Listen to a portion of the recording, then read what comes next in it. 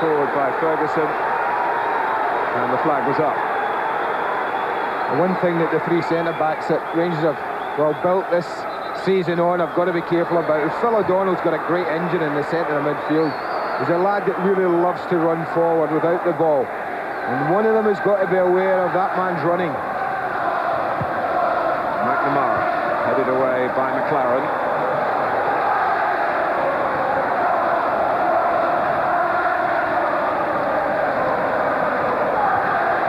We'll talk about Celtic doing better this season. Rangers, believe it or not, are 6 points up on their total after the same number of games a year ago, and traditionally they come strong over the second half of the season. The best start that Walter Smith can remember as a manager. Here's Collins. Tosh McKinley at left back doing well to get past Ferguson. And Petric, but he carried it just too far. Well, that was the area that Walter Smith was toying with, I'm sure, of changing. That's Ian Ferguson in this right-back area. He had Scott Alec Cleland, who's substitute tonight. But Ian Ferguson's a great competitor. I'm not so sure how good he is as a tackler, as a defender. And perhaps Gordon Petric just might have a bit of a job on in this right-hand side if Tosh McKinley continues to skip by him as he did then.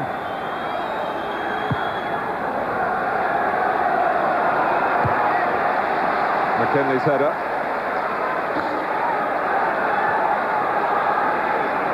Made a late surge into the international ranks this season, Tosh McKinley, having joined Celtic and increased his profile in doing so.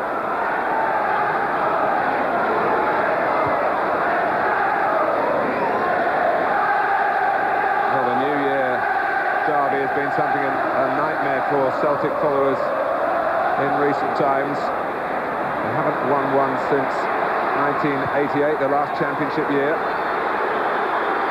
Topped a run of Rangers victories in this fixture, which was played at Ibrox at this time last year, finished 1-1. It was crackling with atmosphere and attacking invention, as more and more of the matches are these days. It was a touch by Van Hooijdonk. Tom was flagged offside, and as Andy says, it was close. McLaren had dropped off. See the middle of the picture, he is just off. About a yard off, but it's a very tight one. Petric, who very nearly joined Celtic from Dundee United. Van Hooijdonk tries the shot, and it was a skimmer, and it needed stopping.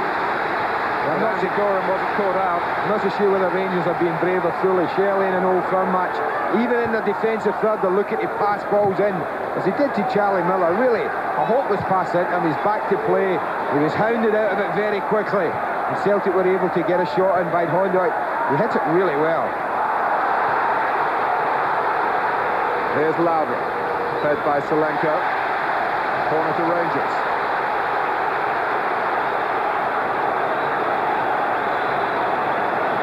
In the section of the ground where the Rangers fans are gathered, around 4,000 of them. Petric has come up, and Goff as well. It's Richard Goff who's beaten to it.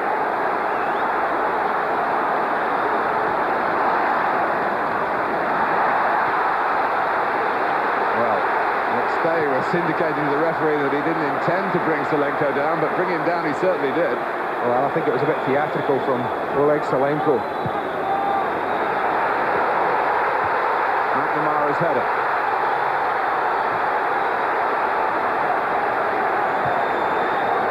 Van Hooijdonk. Celtic have another player hurt. It's Donnelly, I think, who's in need of attention. But Les Motrin lets the game go on, and Celtic aren't bashful in that respect.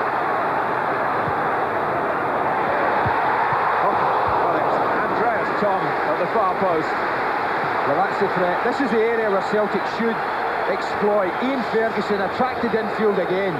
You can see how far infield Ferguson is. He can't get out to. Tosh McKinley creates a great ball, and that's a wonderful cross. I think Andreas Tom will be a little disappointed that he hasn't made Andy Gorham do a bit of work. The cross deserved a better header, and I think we'll see McKinley come into that area more and more. Certainly as he's on the side where his manager And his coach, Billy Starker, I'm sure they'll be saying to him, you've got to get down there, it'll be there for you. Simon Donnelly, a Celtic player. His father was on the books of Rangers for a while. Might be an interesting family tonight watching.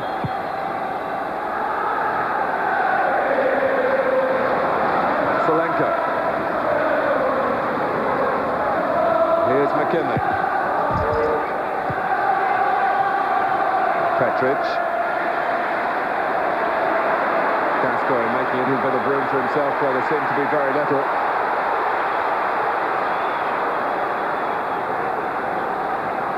Deciding not to take the throw. Just a little bit right-sided at the moment, Rangers. So often I've looked up when they've got the ball on this right side, and both Laudrup on that left side with David Robertson, and acres of space if someone could just look up and change the play quickly. Nicely done by Collins. Tom chasing. McLaren gets across in front of him, used his body well to make sure he got the ball. Haven't seen too much of Gordon Durie so far, who's been in exceptional form, his best spell since he returned to Scotland from Tottenham. 4 of the 7 goals past Jim Leighton and Hibbs. Last time out for Rangers. Celtic just bursting to play. 2.5 weeks sidelined because of the wintry weather up here over the holiday period. Even found it hard at times to find training venues. McStay. McKinley again setting off down the left. Collins takes over and looks the other way. Donnelly. O'Donnell. McNamara on the right side. Not the right kind of cross. McLaren got the ball stuck under a foot just for a second. Not the longest clearance from Robertson. There's a pity about the cross coming in from the right, because the rest of the move was one to enjoy. It was a super patient build-up from Celtic. When they had the chance to deliver, well, the cross wasn't a great one. Here's Boyd advancing. The other number 2 is Ian Ferguson. McStay. Into play with Andres Tom. McStay forging on himself. O'Donnell's in there, a midfield man with an eye for goal. Laudrup. He's just getting back to his best after a couple of months out earlier in the season with an ankle problem. That's that ball mark, that change of play I was talking about.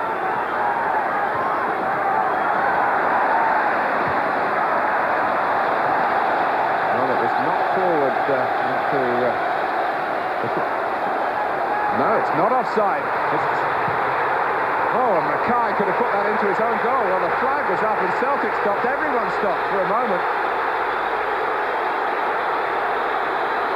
Well, I'm not sure what happened there. You and I stopped.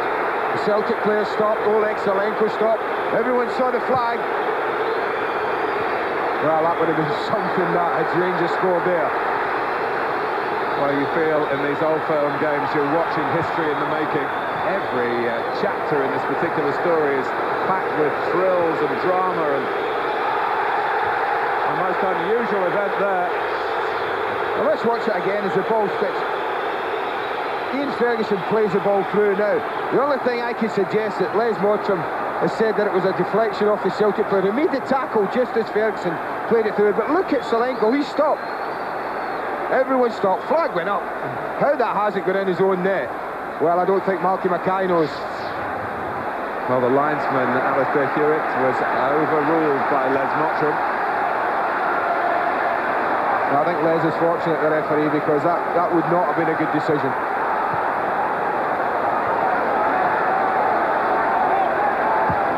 McNamara.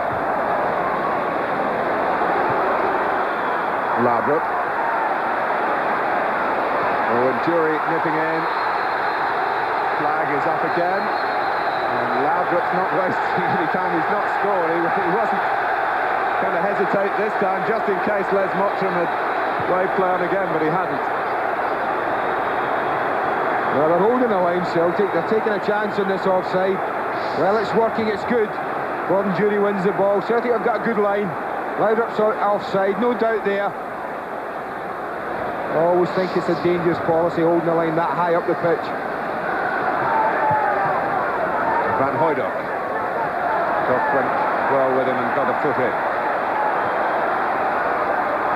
Robertson. Suspicion of Donnelly jumping in to make the challenge, but Celtic were not called back by a blast on the referee's whistle.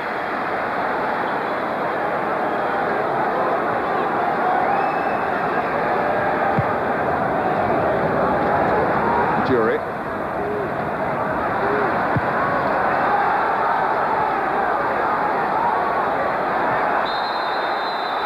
Free kick in Gascoigne's favour. Just to go back to that offside that wasn't given, Andy, did you notice who played the ball forward for Solenko down the left-hand side, inside left Ian channel? Ferguson. Correct. From the right-back area. Correct. This is what I was saying about he's so keen to get involved in the game. He's taken himself everywhere. You can imagine if Rangers lost possession quickly and Celtic then transferred the ball to this near side.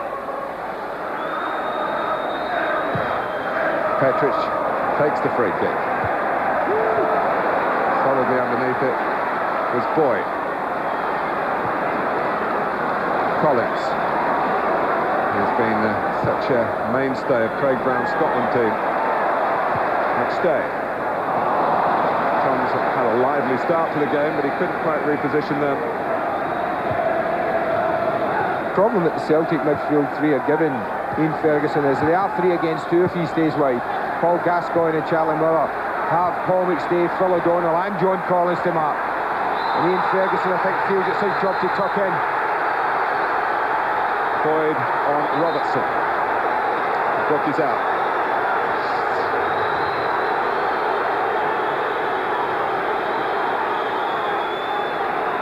Well, he's let a few go, let's watch him. I don't think that tackle from Tom Boyd's any worse than any that have gone previously. But, what, 15 minutes into the game, he probably feels, well, now's the time.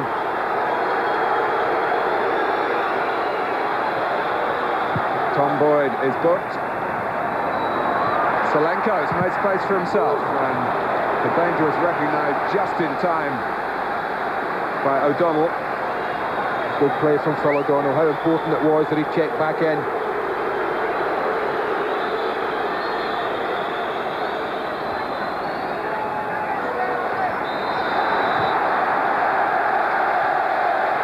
Free kick given against Goff.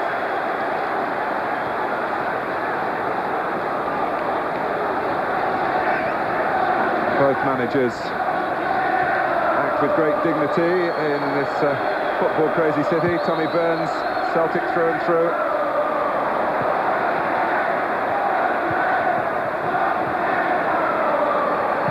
Miller losing out to McStay. Trying to give Gascoigne a taste of his own medicine, and he ran away from Gascoigne, but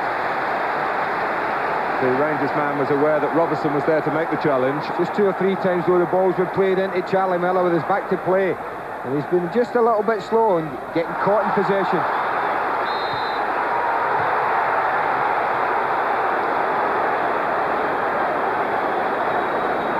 Well, these are always tremendous occasions, but the backdrop of that stand on the far side is just adding to it, and the acoustics are splendid.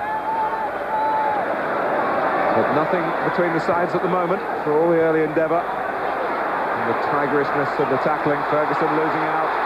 O'Donnell takes it on. Celtic have got a lot of players forward. And Tom, great stop by Gorham, breaks for Donnelly to play it back in again, or think twice about doing it. And he delayed too long.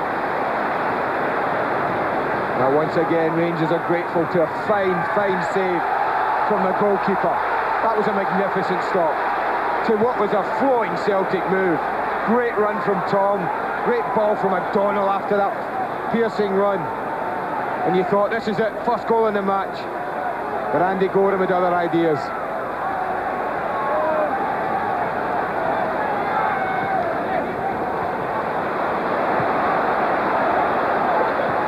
Goff, but no control in the pass, went straight to McNamara.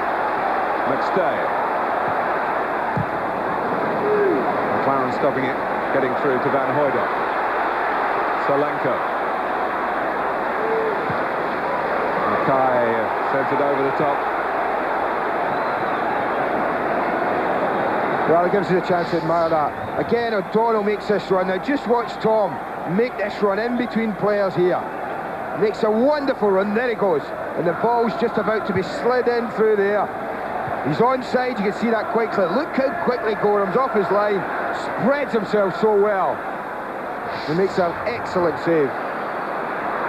Gordon Marshall. Pressed by Gordon Jury. Miller.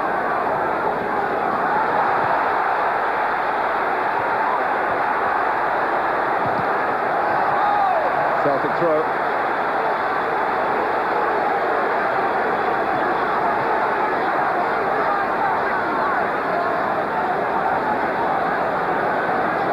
Well, there's been precious little Old Firm joy for Celtic so far this season, though they played a full part in that remarkable 3-3 draw in November at Ibrox. In recent times, playing at home hasn't been a great advantage in Old Firm contests.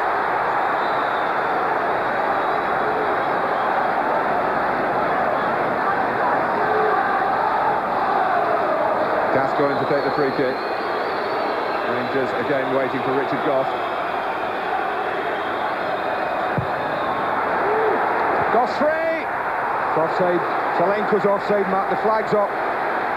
He won't be happy with his teammate. Solenko drifted into an offside position. Total lack of concentration. You watch him here. There he goes. He's in the air. He's in that offside position. The flag's up.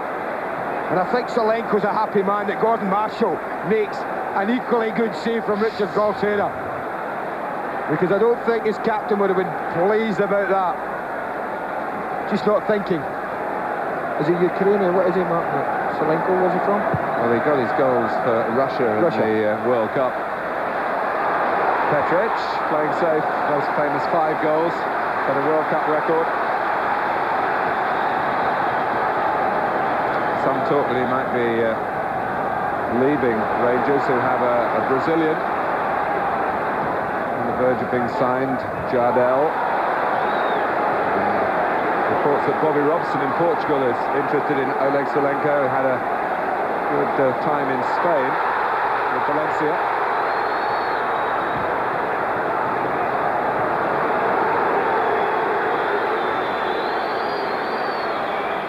The rain continues to fall, but it is not interrupting the momentum of another mega contest here. 20 minutes gone. But Patpoa, Andy Gorham, Andreas Tom would have given Celtic the lead. And another Celtic move that originated down their left-hand side. O'Donnell moving infield after Ferguson had had a problem to put Tom through.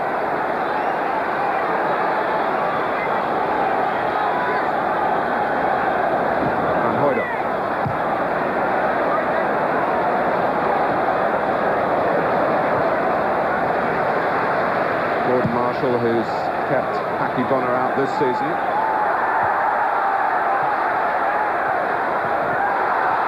McStay.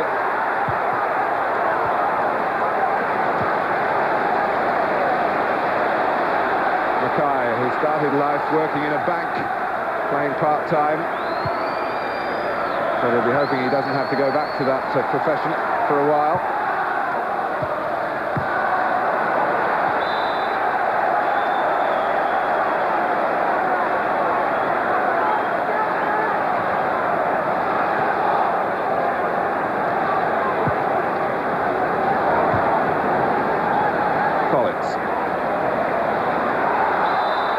Ferguson going with him and fouling him.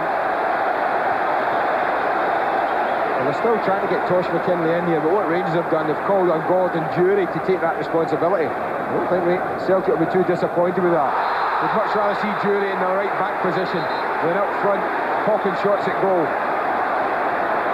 Petric brought down O'Donnell. Celtic have a free kick within range of Gorham's goal. Coming up to the halfway mark in the first half.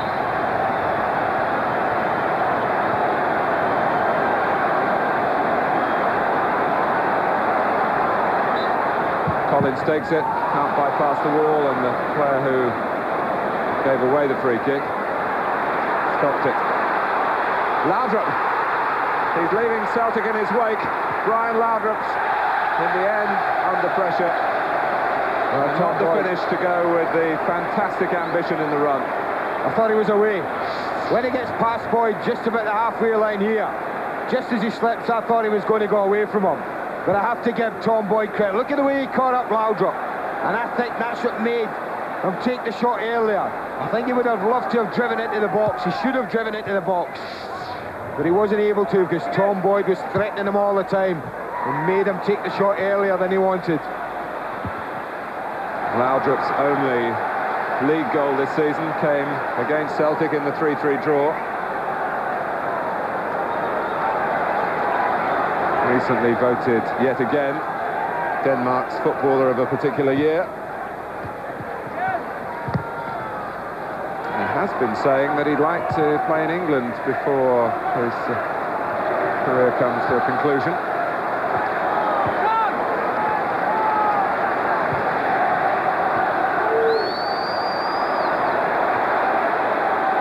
Van Hooijdonk.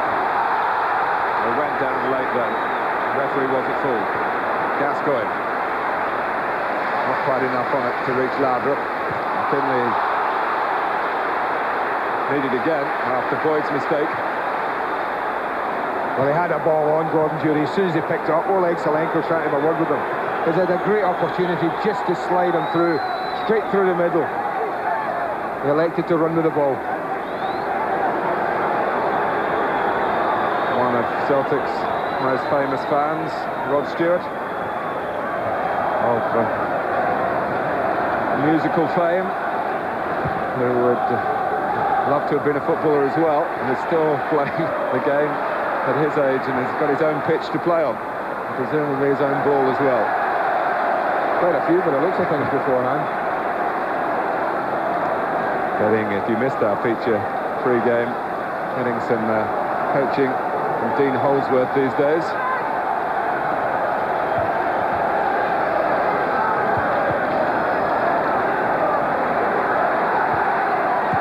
Laudrup. Held off unfairly by McKinley. That's Brian Laudrup for me. The way somebody fizzes a ball at him.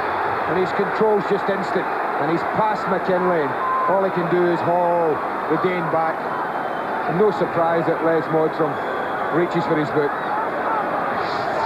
Second caution for a Celtic defender. McKinley and Boyd, with their names recorded. Free kick earned by Laudrup, taken by Gascoigne.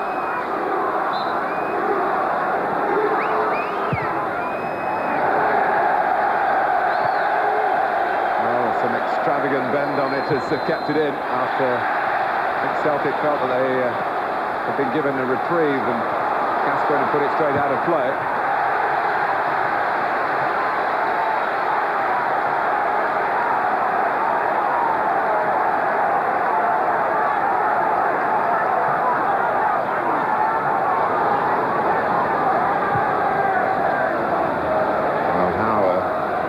Coaching staff can get their message across in this din.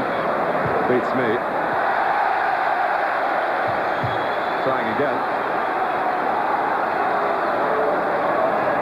Well, his first season, last season, had a happy conclusion. Celtic winning a trophy for the first time for 6 years, the Scottish Cup. Boyd and McKinley got a bit close to each other. Laudrup got too close to the touchline from the Rangers' point of view.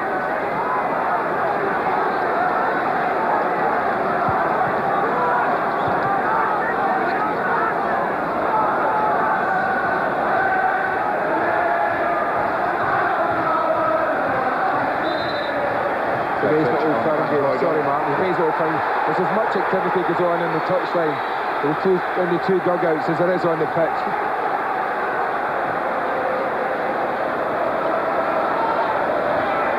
There must be hoarse at the end of that.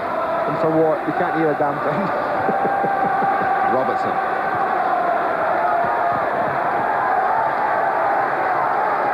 involved in these games as a player, Andy. Is there any need for managers to speak to the players before the game? Before the game, not to wind them up, not to get them going. I think there's an example. Walter, I think, has experienced many of these when he was Graham Souness's assistant and now as manager in his own right. I think he realised you can't get any message across. You say all that's got to be said beforehand, and then change one or two things at half-time if need be. But I agreed with the boys in the studio beforehand when he talked about two players that Celtic would miss, John Hughes and Peter Grant. I think they're built for this type of game. They're made for this type of game. Yes, they're both suspended. This is Miller.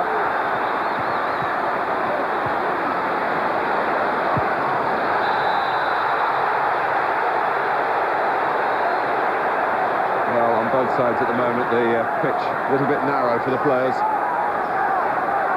But it's hard to find room when players are covering the ground so urgently to make the challenges.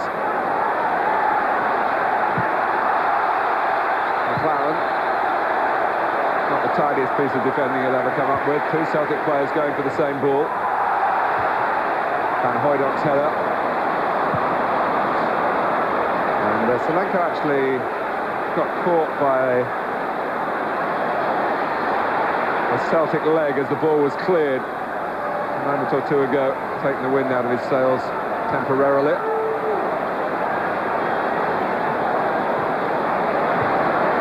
Mackay.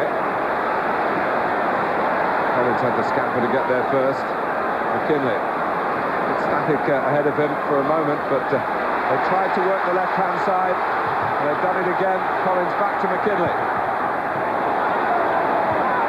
All David Robertson can do is play safe and concede the corner. Wasn't a bad ball, but this has been the area that's been Celtic's profitable area in the first half. The opening half, this near side, the left side, McKinley and Collins in tandem together. It was super play from John Collins, the way he held off Gascoigne and then just popped a super pass off to Tosh McKinley. And Gorham has to save right on the line from Van Hooydonk. Well, I think he was happy that this header just drops. No real power in it, and that's the thing that helps Andy Gorham.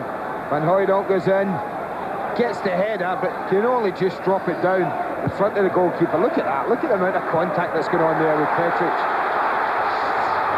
Donnelly. Well, it was a ball that caused Richard Gough all sorts of alarm. He felt he had to play it. Van Hooydonk was coming in alongside him. He did have to play it, it's as simple as that. You can't leave this for your goalkeeper. If he did, Van Hooydonk would have given Celtic the lead. The side second in the table, pressing the league leaders. Let's not forget the context of this clash. Collins takes. Jury, Solenko. Laudrup, who's got the perfect equipment for the counter-attack.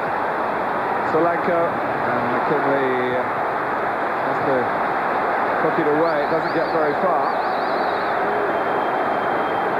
Miller.